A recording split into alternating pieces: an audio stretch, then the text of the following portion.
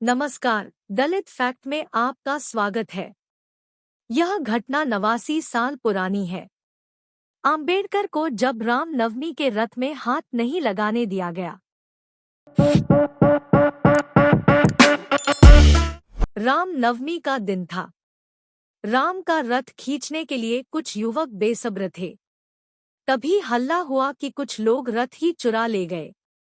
वहां खड़े युवक उस रथ के पीछे दौड़ने लगे। लोगों ने उन युवकों और उनके नेताओं पर पत्थरबाजी शुरू कर दी। यह घटना 89 साल पुरानी है। नासिक के कालाराम मंदिर का यह रथ था और युवकों के नेता के रूप में खड़े थे डॉक्टर बाबा साहब आम्बेडकर।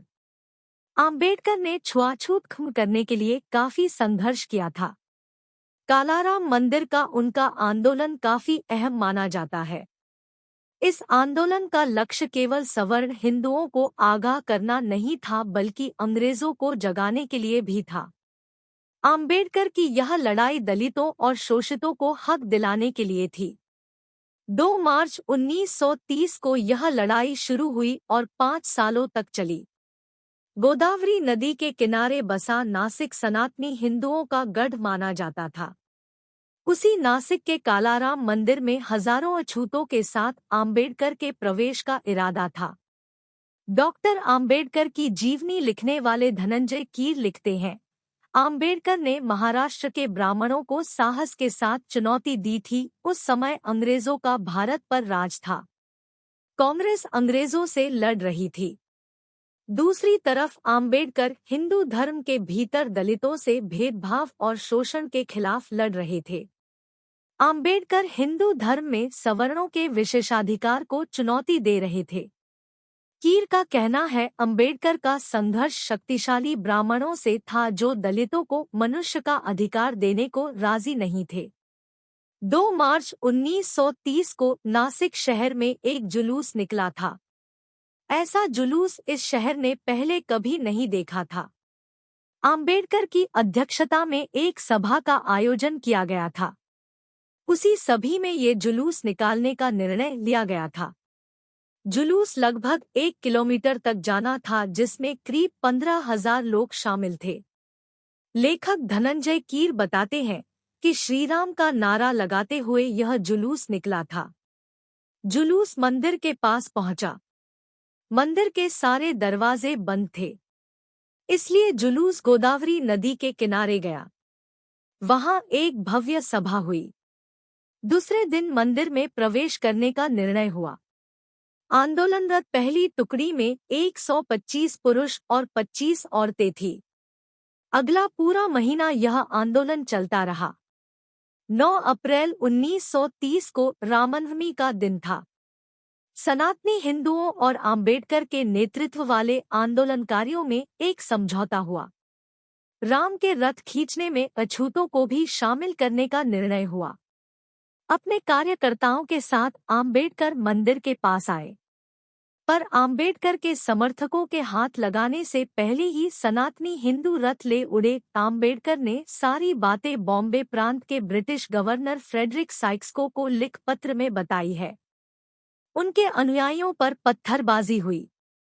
आम्बेडकर पर कोई पत्थर ना गिरे इसलिए उनके सिर पर लोगों ने छतरी लगा रखी थी। हालांकि इसके बावजूद लोग जख्मी हो गए थे। इस घटना में एक युवक की मौत हो गई थी। ब्रिटिश गवर्नर को लिखे पत्र में इसका जिक्र मिलता है। बाबा साहेब आम्बेडकर की जीवनी लिखने वाले धनंजय कीर ने लिखा है, सत्याग्रह के बाद नासिक में अछूतों को काफी मुश्किलों का सामना करना पड़ा। उनके बच्चों के स्कूल बंद हो गए, रास्ते बंद कर दिए गए, दुकानों से उन्हें सामान मिलने बंद हो गए। सनातनी हिंदू उन पर जोर जबरदस्ती करने लगे। इसके बावजूद उन्होंने आंदोलन चालू रखा। आंदोलन के दौरान ही आम्बेडकर को गोलमेज सम्मेलन के लिए लंदन जाना पड़ा। उनकी गैरमौजूदगी में भाऊराव गायकवाड़ ने यह संघर्ष जारी रखा। यह संघर्ष 5 सालों तक चला। हालांकि इसके बावजूद अछूतों को मंदिर में प्रवेश नहीं मिला। भारत को आज़ादी मिलने के बाद इस मंदिर में अछूतों को प्रवेश मिला। इस लड़ाई से क्या हासिल हुआ? आम्बेडकर की इस लड़ाई से क्या हासिल हुआ? इस सवाल के जवाब में अखिल भारतीय दलित नाट्य परिषद के अध्यक्ष मधुसूदन गायकवाड़ बताते हैं कि आम्बेडकर का आंदोलन प्रतीकात्मक था।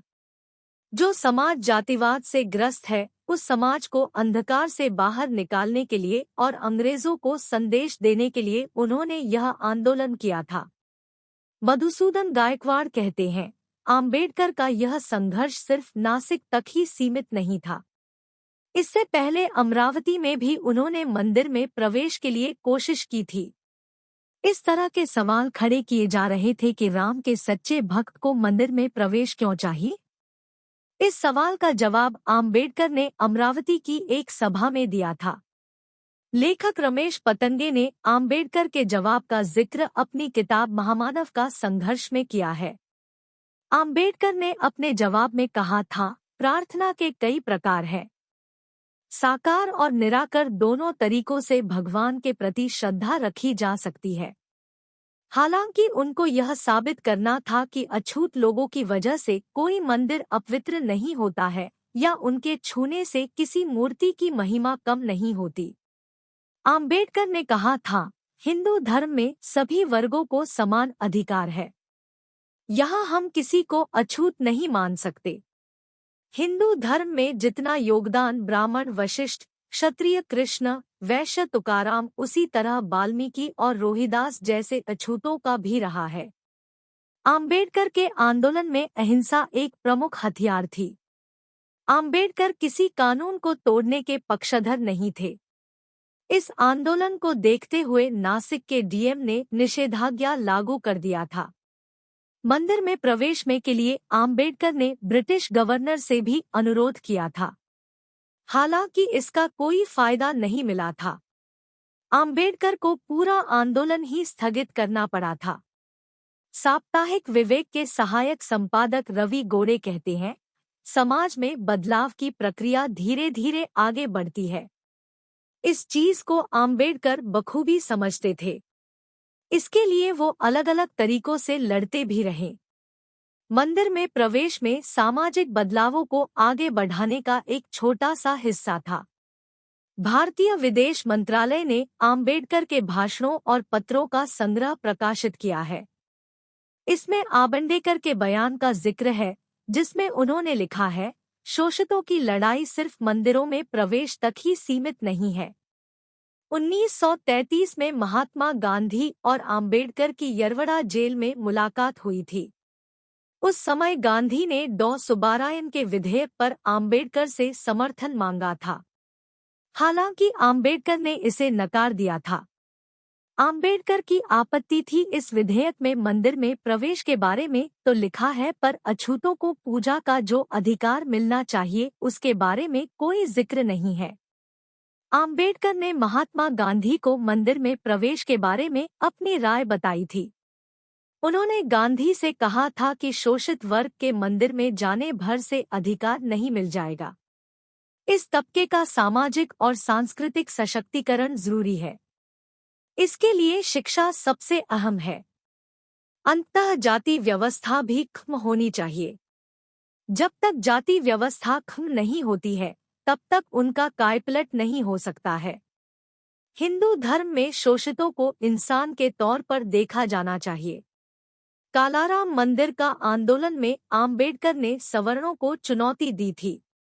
2 मार्च 1930 को आम्बेडकर ने जो भाषण दिया वो काफी प्रभावी और लोगों को सोचने पर मजबूर कर दिया था। आम्बेडकर ने अपने भाषण में कहा था, आज हम मंदिर में प्रवेश करने वाले हैं। मंदिर में जाने से हमारी सारी समस्याएं खत्म नहीं हो जाएंगी। हमारी समस्याएं सामाजिक, धार्मिक, आर्थिक और शैक्षणिक है। आम्बेडकर ने कहा था, कालाराम मंदिर में प्रवेश करना सवर्ण हिंदुओं के लिए चुनौती से कम नहीं थी। सवर्णों ने हमारी पीढ़ियों के हक मारे हैं। हम अपने अधिकारों की मांग कर रहे हैं। क्या सवर्ण हिंदू हमें एक मनुष्य के तौर पर स्वीकार करेंगे या नहीं? कालाराम मंदिर में आंदोलन से यह साफ हो जाएगा।